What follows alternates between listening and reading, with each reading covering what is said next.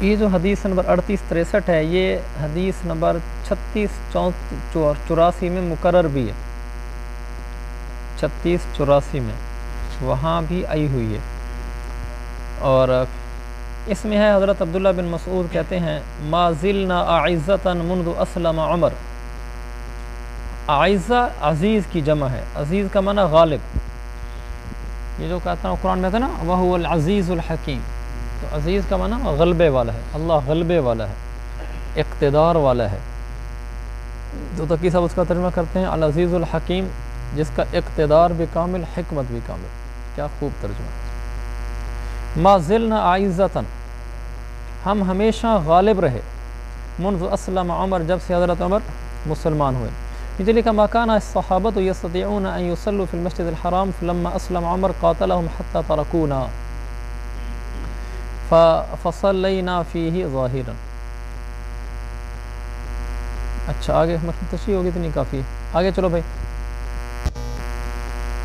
تو یہ جو حدیث نمبر 3864 بھائی نے پڑھی ہے، اس میں حضرت عمر کے بارے میں آتا ہے، وہ فرماتے ہیں ان کے عبداللہ بن عمر اپنے والد عمر بن خطاب سے روایت کرتے ہیں، وہ کہتے ہیں بینما فی الدار خائفا، تو ان کے بارے میں یہ وہ گھر میں خوف زدہ بیٹھے تھے۔ کون؟ حضرت عمر گھر میں خوف زدہ بیٹھے تھے کہ اتنے میں ان کے پاس عاص بن وائل سہمی آئے، جن کا کنیت ابو عمر تھی۔ سوال یہ پیدا ہوتا ہے کہ حضرت عمر اس وقت اس خوف سے گھر میں بیٹھے ہوئے تھے کہ کہیں قوم مجھے اسلام لانے کی وجہ سے قتل نہ کر دے، کیونکہ انہوں نے اسلام قبول کیا۔ اسلام قبول کرنے کے بعد گھر میں وہ خوف زدہ ہو کر بیٹھ گئے کہ اب اسلام لا چکے ہیں تو لوگ کفار قتل کریں گے۔ سوال یہ کہ وہ تو اتنے زیادہ بہادر تھے، ان کی وجہ سے دوسروں کے خوف زائل ہوتے تھے، تو وہ بہادری کے باوجود خوف زدہ کیوں ہو کر بیٹھے ہوئے تھے؟ جواب، پہلا جواب یہ ہے کہ یہ طبعی خوف تھا، بلکہ یہی جواب ہے، ایک ہی جواب ہے، یہ طبعی خوف تھا، اور یہ طبعی خوف تو انبیاء میں بھی ہوتا ہے، یہ تو طبیعت کے ساتھ ہے نا، جب طبع بشری ہے، بشر ہیں تو ان میں بشریت کے تقاضے بھی ہوں گے۔ جیسے موسیٰ علیہ السلام کو اللہ نے فرمایا لا تخف سنعیدها سیرتها الاولی، تو لا تخف۔ ابو بکر رضی اللہ عنہ کو حضور علیہ السلام نے فرمایا لا تحزن ان اللہ معنا۔ حضرت ابراہیم کو فرشتوں نے کہا لا توجل انا نبشرک بغلام علیم، لا توجل، آپ ڈرے نہیں۔ یہ تو انبیاء میں بھی تھا، لہذا یہ بات کوئی حرج کی بات نہیں کہ ان میں خوف تھا۔ یہ جواب الخیر الساری میں لکھا ہے۔ خیر الساری کس کی ہے شرح؟ مولانا صدیق صاحب رحمۃ اللہ، شیخ الحدیث رہے جو ایک لمبی مدت خیر المدارس میں، یہ ان کی ہے الخیر الساری۔ چلیں، میرے پاس جو اردو شروحات ہیں جو تقریباً 10 سے زیادہ ہیں، مجھے کبھی بتانا، میں آپ کو سب کے نام بھی بتا دوں گا، کیونکہ مجھے ان شروحات سے فائدہ ہوا اور ہو رہا ہے۔ صرف بخاری اردو شروحات، عربی تو علاوہ ہیں اس کے، عربی تو بہت زیادہ ہیں، پی ڈی ایف میں۔ اب تو پی ڈی ایف اور کتاب برابر ہی ہو چکی ہیں استفادے کرنا، تو بلکہ پی ڈی ایف سے استفادہ آسان ہوتا ہے۔ مثلا آپ نے 10 کتابیں کھولی نا، تو ساری 10 اکٹھے کھلی ہوئی ہیں، آپ کے ماؤس کی ایک کلک ہوگی، اگلی کتاب کھل جائے گی، ماؤس کی کلک ہوگی، اگلی کتاب کا وہی صفحہ کھل جائے گا، اگلی کتاب کا وہی صفحہ کھل جائے گا۔ اس طرح 10 کتابیں کھول کر رکھنے کی جگہ بھی نہیں ہوتی، جہاں آدمی بیٹھ کے مطالعہ کر رہا ہوتا ہے میں، تو وہاں بڑا فائدہ ہے۔ بس پڑھنے کا ذوق رکھنا میرے عزیزو، اللہ دنیا بھی دے گا تمہیں آخرت بھی دے گا۔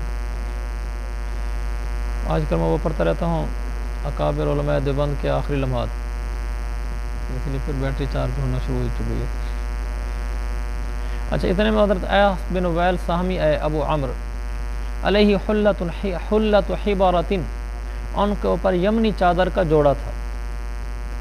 حاشیے میں بھی یہی لکھا ہے یمنی چادر کا جوڑا تھا، انام الباری میں بھی ترجمہ کیا ہے، لیکن فتح الباری، عمدۃ القاری اور ارشاد الساری میں یہ لکھا کہ دھاری دار نقش و نگار والی چادر کا جوڑا تھا، دھاری دار نقش و نگار والی چادر کا جوڑا تھا، یہاں لکھا ہے یمنی چادر کا جوڑا تھا۔ میں سمجھتا ہوں یہ دونوں کا معال ایک ہی ہوگا، جو یمنی چادر ہوگی نا وہ دھاری دار نقش و نگار والی ہوگی، تو لہذا ترجمہ دونوں ٹھیک بنتے ہیں۔ اچھا، وقمیص مکفوفن، اور ان کے اوپر قمیص تھی مکفوفن بحریرن، یہ جگہ تھوڑی سی قابل غور ہے، مکفوفن بحریرن، تو یہ ہے نا لفظ تھوڑا سا مشکل، مکفوف، کیونکہ پہلے کبھی پڑھا نہیں اس طرح کا۔ حاشیے میں اس کا حوالہ دیا ہے فی المجمع